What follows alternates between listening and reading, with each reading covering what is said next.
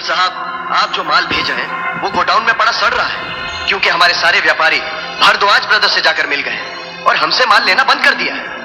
आप इतने सालों से विदेश में रहते हैं, लेकिन पहली बार किसी ने हमसे टकराने की हिम्मत की है। मदन भारद्वाज का हौसला काफी बढ़ चुका है और उसने खुलकर सरेआम हमसे दुश्मनी का डंका बजा दिया है। इस दुश्मनी में हमारे काफी आदमी मारे जा चुके हैं। आप जल्दी से यहाँ आकर कुछ कीजिए, वरना हिंदुस्तान से आपकी हवा हमेशा के लिए उखड़ जाएगी। ब्रदर्स, तुम अपने सारे व्यापारियों और भारद्वाज ब्रदर्स की मीटिंग बुलवाओ। मैं भारत आकर हमेशा के लिए इस मसले का फैसला कर दूंगा। ठीक है।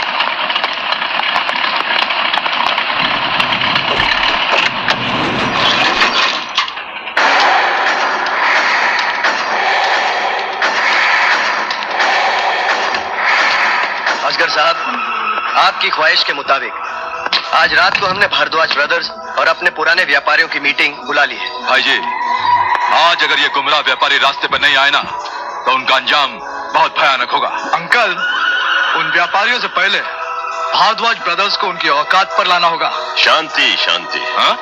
तुम लोग अपने उबलते खून को थोड़ी देर के लिए ठंडा रखो। बेटा राजनाग, तुम यहाँ की पुलिस और हमारे दुश्मनों के लिए अजनबी हो, क्योंकि तुम पहली बार इंडिया आए हो। इसलिए मीटिंग में ना आकर तुम भारद्वाज ब्रदर्स की हरकतों पर कड़ी नजर रखो, ताकि उन्हें मुंह तोड़ जवाब दिया जा सके। नीलू ब्रदर्स और नागदंश, तुम मेरे साथ चलोगे। कपूर भाई, पूरे बंबई में नाजायज शराब के ठेकों के बेताज बादशाह कानमल जी, अफीम, चरस और ब्राउन शुगर के होलसेलर ज्ञानचंद हरदोई वाले, जुए खाने, वैश्यालय और नाजायज विदेशी हथियारों के ठेकेदार मदन भाई और असगर साहब को तो आप लोग जानते ही हैं। हमारा झगड़ा न तो आपसे असगर साहब, न आपसे मदन भाई। ये सच है कि कल तक हम विदेशी माल सिर्फ आपसे खरीदा करते थे, लेकिन अब हम लोगों ने यह मिलकर फैसला किया है कि मदन भाई से देसी माल तो खरीदा ही करते थे, अब विदेशी माल भी इन्हीं से खरीदा जाए। क्यों? बंबई शहर में भिखारियों को भी कोई गैर कानूनी सरपरस्त चाहिए। फिर हम तो व्यापारी हैं। मदन भाई हमें माल भी देंगे और सुरक्षा भी, चाहे वो पुलिस का मामला हो या गुंडों का। आप तो कीनिया में रहते हैं, जब अपने देश का आदमी हमारा हमदर्द हो तो विदेश का सरदर्द हम क्यों मोल लें? हमारे व्यापारी भाइयों का दुख, परेशानी और फैसला भी तुमने सुन लिया अजगर। अब अपना टीम टाम उठाओ और अपने तुच्छों के साथ किसी दूसरे शहर का रास्ता नापो। तुच्छा किसको बोला है? अभी तो बच्चा है मेरे लिए। एक बार मेरा जलवा देखेगा ना, तो मुंह से आवाज निकलनी बंद हो जाएगी। गुस्सा मत देना वरना।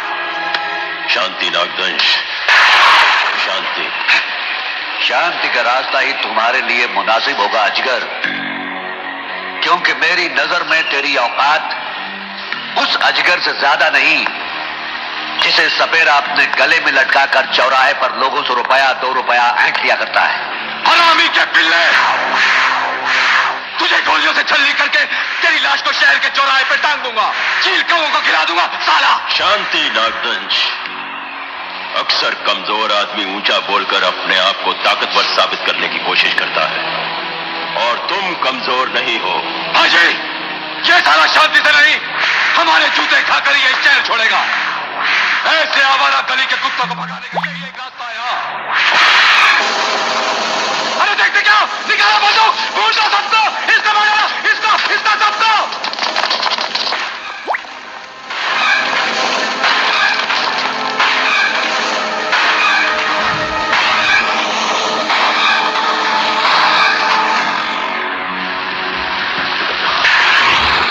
शांति नागदंश, शांति। खून खराबा किसी मसले का हल नहीं।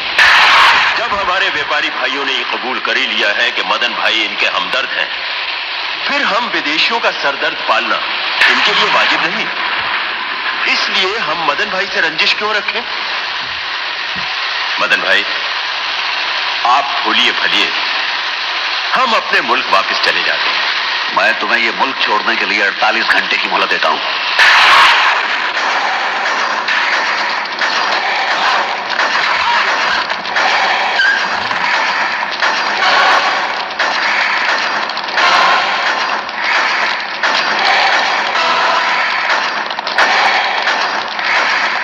अजय, आपने क्यों इतने जल्दी हार मान ली?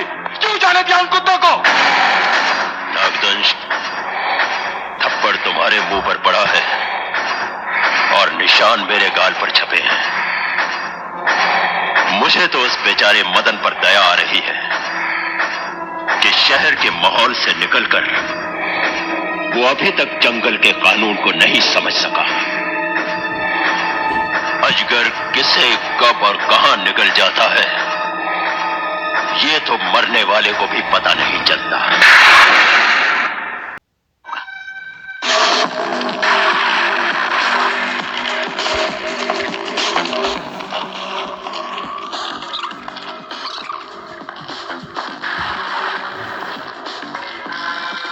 मदन भारद्वाज को यकीन हो गया है कि हमसे बाजी जीतकर वो बंबई शहर का बादशाह बन गया है। और आज मदन भारद्वाज अपनी शादी की सुहागरात मनाने जा रहा है। आप कहें तो इस सुहागरात को शमशान रात बना दिया जाए। अजय, मैं तो कब से उसे डसने के लिए तड़प रहा हूं। आपने मुझे रोक लिया भाईजी, बना मत। नाग, तुम्हें रोकने के पीछे हमारा खास मकसद था। पिछले 20 सालों से विदेश में रहते हुए भी हम इस शहर पर राज कर रहे हैं, लेकिन यहां की पुलिस तमाम कोशिशों के बावजूद आज तक हमारा सुराग नहीं लगा पाई कि हम कौन हैं।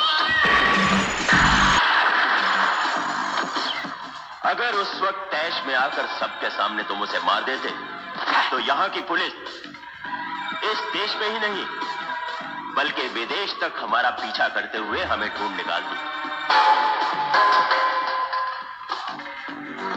आज हम सब के लिए मुहूर्त बहुत अच्छा है और इस मौके पर मैं तुम्हें शांति के लिए नहीं बल्कि अशांति के लिए कहूंगा। मदन भारद्वाज पर हम ऐसी बिजली गिराएंगे कि सदियों तक किसी को पता भी नहीं चलेगा कि इस नाम का आदमी इस शहर में कभी रहता भी था। अजगर जुर्राट! मदन भारद्वाज पर बिजली नहीं गिरेगी। बिजली गिरेगी तो तुम पर, और वो भी इस आकाश से जो मदन भारद्वाज का छोटा भाई है। अगर पुलिस के आने तक अपनी जगह से हिले तो अपने साथ इन सब की मौत के जिम्मेदार तुम होगे।